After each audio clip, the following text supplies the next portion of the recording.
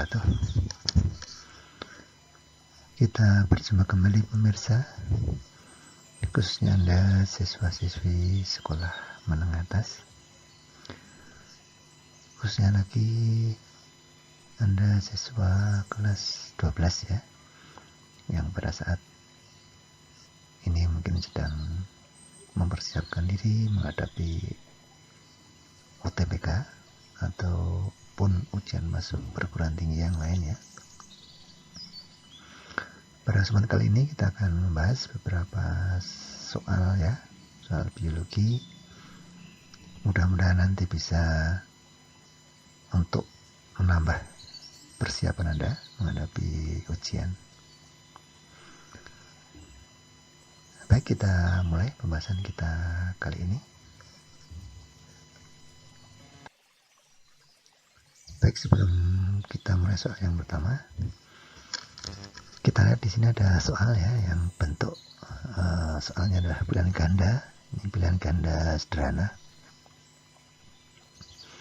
Kita tahu bahwa untuk soal ujian masuk perguruan tinggi atau UTBK itu ada 3 tipe soal ya. Yang pertama pilihan ganda sederhana seperti ini. Yang kedua pilihan ganda dengan pilihan ya. Kalau pilihan ganda sederhana seperti ini kita diharuskan memilih salah satu dari sekian pilihan itu jawaban yang benar. Kalau pilihan ganda pilihan itu kita diharuskan memilih satu atau lebih pilihan jawaban yang benar. Jadi agak berbeda ya. Kemudian tipe soal yang ketiga itu adalah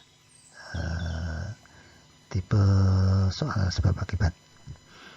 Nah, untuk kali ini kita akan fokus ke tipe soal pilihan ganda sederhana seperti ini. Jadi kita diharuskan memilih satu jawaban yang benar. Baik, kita mulai soal yang pertama ini. Kita baca bersama. Organisme yang mampu memanfaatkan energi matahari langsung dari alam untuk proses metabolisme adalah kelompok organisme A. Produsen, B. Heterotrof, C. Konsumen, D. Dekomposer, E. Mikroorganisme. Baik, kita lihat ya soalnya ini kalau kita lihat soalnya, maka ini membahas tentang cara organisme memperoleh makanan ya, memperoleh zat untuk metabolismenya. Nah, cara organisme memperoleh makanan itu bisa dibagi menjadi 2 macam, yaitu autotrof dan heterotrof. Autotrof itu adalah organisme yang mampu mengolah makanan sendiri. Jadi dia tidak membutuhkan organisme lain. Sedangkan yang heterotrof itu organisme yang tidak mampu mengolah makanan sendiri, sehingga dia mendapatkan makanan itu dari organisme lain. Nah, jadi di sini jelas kalau di sini ini kan mampu memanfaatkan energi matahari ya, berarti dia tidak membutuhkan organisme lain. Nah, maka jawabannya autotrof. Nah, tetapi di pilihan ini itu tidak ada pilihan autotrof, sehingga kita pilih yang A. Jadi jawabannya adalah yang produsen. Itu sebetulnya sama saja. Produsen itu artinya mampu memproduksi makanan sendiri, sama dengan autotrof maknanya. Baik, itu soal yang pertama ya. Soal yang pertama. Kalau yang pilihan B tadi terus saya kira jelas. Konsumen itu ini maknanya sama dengan heterotrof. Jadi konsumen itu dia mendapatkan makanan dari organisme lain. Kalau dekomposer ini dia mendekomposisi ya, mengolah sisa-sisa organisme itu. Kalau mikroorganisme ini maknanya lebih ke bentuk organisme, jadi mikro ya, yang organisme mikro ini yang ini maknanya. Jadi sekali lagi jawaban nomor 1 adalah A. Kita lanjutkan soal nomor 2. Virus dapat berkembang biak pada organisme lain dengan memasukkan DNA ke tubuh inang dengan tujuan untuk A. melumpuhkan sel inang agar tidak dapat berkembang biak, B. mengendalikan sintesis protein dan membentuk bagian-bagian tubuhnya, C. memacu produksi enzim untuk memecah sel inang, D. mengeluarkan protoplasma sel inang untuk tempat berkembang biak, E. mengaktifkan inti sel inang untuk memproduksi enzim. Nah, mana jawaban yang betul kira-kira? Ya, jawaban yang betul adalah yang B. Jadi tujuan virus memasukkan DNA ke tubuh inang. Inang itu tempat virusnya itu hidup ya. Jadi ke tubuh sel-sel inang itu tujuannya untuk mengambil alih sintesis protein. Jadi dia mengambil alih DNA tubuh inang ya, sehingga virus tersebut dapat mensintesis protein dan akhirnya membentuk bagian-bagian tubuhnya. Disitulah nanti akan terjadi proses pembentukan virus-virus baru. Seperti itu prosesnya itu. Sehingga jawaban yang lain ini tidak tepat ya, tidak tepat. Dan yang tepat adalah yang B, itu tujuan mengapa virus memasukkan DNA-nya ke sel tubuh inang. Lanjut soal yang ketiga. Asam nukleat yang terdapat pada virus adalah A. rRNA, T. RNA, C. DNA dan RNA, D. DNA atau RNA, E. RNA dan protein. Yang mana jawabannya? Ya, jadi yang namanya virus itu memiliki asam nukleat ya, memiliki asam nukleat. Makanya virus itu disebut sebagai makhluk hidup itu karena dia memiliki asam nukleat ini. Nah, seperti kita ketahui ya, apa namanya virus itu masih menjadi perdebatan, itu apakah makhluk hidup ataukah benda tak hidup. Disebut makhluk hidup karena dia memiliki asam nukleat ini ya. Tapi ada juga yang menyebut bukan makhluk hidup. Kenapa? Karena dia dapat dikristalkan. Jadi kan itu memang menjadi perdebatan. Tetapi faktanya memang dia memiliki asam nukleat. Nah, kembali ke soal ini, asam nukleat pada virus itu apa saja? Nah, ada dua asam nukleat ya yang umum dimiliki oleh organisme, yaitu DNA dan RNA. Biasanya untuk virus itu hanya memiliki salah satu dari asam nukleat tersebut. Oleh karena itu, jawaban yang benar adalah yang D, DNA atau RNA. Jadi ada virus-virus yang memiliki asam nukleatnya itu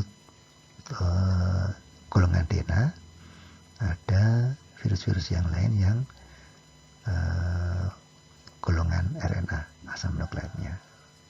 Jadi atau bukan dua-duanya, jadi hanya salah satu.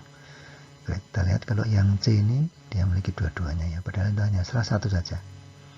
Sehingga jenis asam nukleat ini bisa menjadi dasar penggolongan virus. Jadi ada virus DNA, ada virus RNA berdasarkan asam nukleat yang dikandung.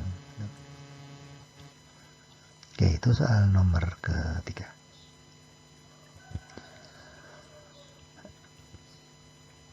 Lanjut soal nomor 4 ya. Nomor 4 ini. Semua karakter berikut ini ditemukan pada arthropoda kecuali A. rongga tubuh sejati, B. persendian pada kaki, C. segmentasi pada tubuh, D. exoskeleton yang terbuat dari kitin, E. sistem peredaran darah tertutup. Oke, mana pilihan yang benar? Kita lihat soal dulu ya, kita cermati. Jadi soal ini itu mengenai ciri-ciri arthropoda. Arthropoda itu, arthros itu ruas ya, poda itu kaki. Jadi kalau secara harfiah, arthropoda itu hewan yang kakinya berruas-ruas. Nah, jadi untuk bisa menjawab soal ini, maka kita harus tahu ciri-ciri arthropoda. Nah, di sini soalnya ada kecuali, berarti kita pilih jawaban yang bukan merupakan ciri-ciri arthropoda. Kita lihat satu persatu supaya kita, misalnya yang A, rongga tubuh sejati. Ya, rongga tubuh ini disebut juga sebagai selom ya. Selom, jadi berdasarkan rongga tubuhnya makhluk hidup itu terbagi menjadi 3 kelompok, yaitu ada aselomata, kemudian pseudoselomata, kemudian yang ketiga selomata. Aselomata itu tidak memiliki rongga tubuh, kemudian pseudoselomata itu memiliki rongga tubuh yang semu, dan selomata itu memiliki rongga tubuh sejati. Nah, organisme yang tergolong arthropoda dia memiliki rongga tubuh yang sejati. Jadi sudah maju ya, sudah maju nih. Untuk pembahasan tentang rongga tubuh ini Anda bisa belajar lebih lanjut di video yang lain ya. Ini sudah ada videonya, bisa Anda lihat pembelajarannya berkaitan dengan selomata ini. Jadi jawaban A merupakan ciri-ciri arthropoda. Kemudian yang B, persendian pada kaki. Ini jelas ada sendinya ya, karena kakinya beras ruas. Kemudian yang C, segmentasi pada tubuh. Ini ada segmentasinya ya, tubuh arthropoda itu. Jadi jawaban ini juga merupakan ciri-ciri arthropoda. Kita tahu bahwa tubuh arthropoda itu bisa dibagi menjadi torak, ada sepal ya, sepal dulu, sepal, kepala ya, torak, dada, dan abdomen. Berarti ada segmentasinya. Kadang-kadang sepal dan toraknya menyatu menjadi sepalotorak. Kemudian yang D, exoskeleton. Exo itu luar ya, skeleton itu rangka. Jadi dia punya rangka luar yang terbuat dari jati ginting. Ini juga benar. Arthropoda itu memiliki rangka luar ya dari jati ginting ini. Kemudian yang E, sistem peredaran darah tertutup. Nah, ini yang tidak tepat, karena seluruh arthropoda itu sistem peredaran darahnya terbuka. Jadi darah mengalir tanpa melalui pembuluh darah. Jadi sistem peredarannya tergolong terbuka. Jadi kesimpulannya jawabannya adalah yang E. Ya, kecuali, karena ini pilihannya adalah kecuali. Yang bukan merupakan ciri arthropoda itu adalah yang ini. Kita lanjutkan soal nomor 5. Kucing, anjing, harimau menunjukkan kekerabatan yang dekat, sehingga dikelompokkan ke dalam kelompok karnivora berdasarkan A, cara berkembang biak, B, jenis makanan, C, jumlah anggota gerak, D, sistem rangka tubuh, E, sistem pernapasan. Mana jawaban yang betul? Baik, kita cermati dulu soalnya ya.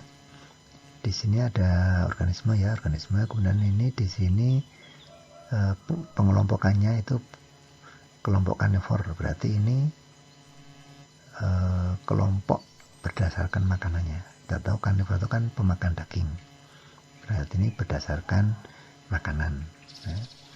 Kita tahu organisme itu berdasarkan makanan. Itu bisa dibagi menjadi 3 kelompok ya. Ada karnivora, herbivora, dan omnivora. Karnivora itu pemakan daging, herbivora pemakan tumbuhan, omnivora itu pemakan semua atau pemakan segala. Nah, oleh karena itu ini bisa menjadi petunjuk untuk kita memilih jawaban. Jadi ini kelompok berdasarkan makanan. Kita lihat pilihannya. Ya, jadi jawabannya yang betul adalah yang B. Kelompok karnivora berdasarkan jenis makanannya. Oke, itu jawaban soal nomor 5. Kita lanjutkan soal nomor 6 nih. Padi, jagung, jahe, lengkuas, dan anggrek dijadikan ke dalam satu kelompok karena memiliki A, akar serabut, B, tulang daun menyirip, C. Batang bercabang. D. Kelipatan bunga 4 dan 5. E. Biji berkeping 2. Ya, mana jawabannya? Nah, kita cermati dulu ya. Ini soalnya, jadi ini ada disebutkan beberapa organisme. Ini di soal disebutkan bahwa ini dijadikan satu kelompok. Maka kita harus tahu ciri-ciri masing-masing ini ya. Semakin banyak kita tahu cirinya, semakin mudah kita akan untuk menjawab jawaban dari soal ini. Itu. Oleh karena itu ini proses menjawabnya kita akan cocokkan pilihan satu persatu ini dengan paling tidak salah satu dari kelima organisme yang disebut di sini ya. Kita cocokkan, cocok atau tidak. Kalau tidak cocok berarti itulah jawabannya. Oke, kita lihat ini yang A, akar serabut. Kita ambil contoh misalnya padi dan jagung ya. Ini akarnya serabut atau tunggang ya, ini serabut. Jadi